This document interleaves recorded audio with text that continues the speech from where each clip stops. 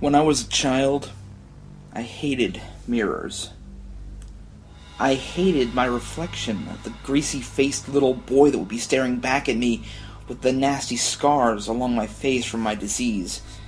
The skin was cracked, bleeding, and misshapen. There was pus from my wounds that never showed any signs of getting better. Everybody called me ugly. Even my own parents.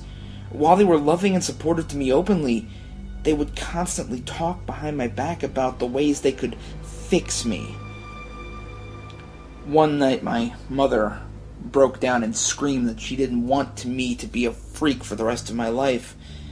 She'd heard of an experimental treatment to fix me, and so she insisted that we were going to try it. I'll admit, I had more fear going under the knife than I ever have. But then, I was only a 12-year-old boy then, and not the man I am today. I wondered if, when I woke up, the person staring back at me would be somebody that I could even recognize. But if not, I at least wanted to look like a human. During my teenage years, I loved mirrors. I loved looking in my reflection and seeing the strong young man with smooth skin. There were no more cracks nor bleeding, just two thin scars across my cheeks from the surgery, which most girls thought were cool. Around my senior year, I started noticing something else, though, about my reflection. I wasn't the only one in it. It first happened one night when I'd woken up way too early for school. I looked over to my alarm clock and it showed that it was 5 a.m. The sun was just barely peeking out. After deciding that there was no point in going back to sleep, I went to the bathroom to brush my teeth, but when I looked in the mirror, I noticed a second shadow next to my own that was cast against the white wall. I spun around and looked for whatever was creating the shadow, but I found nothing.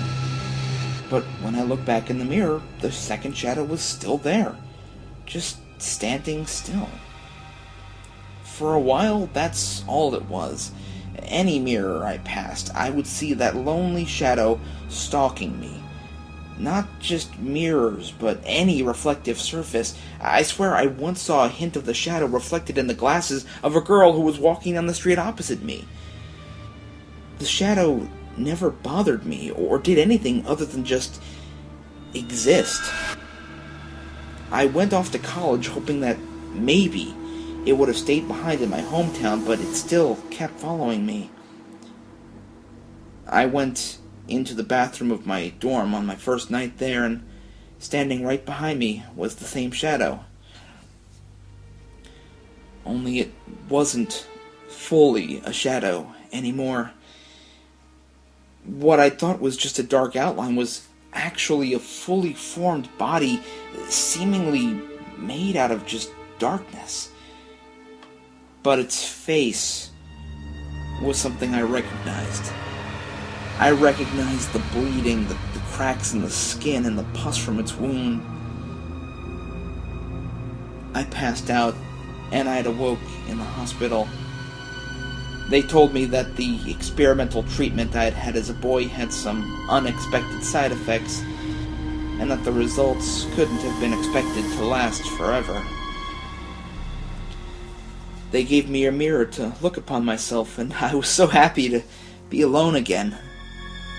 Alone with my cracked, bleeding skin. I hate mirrors.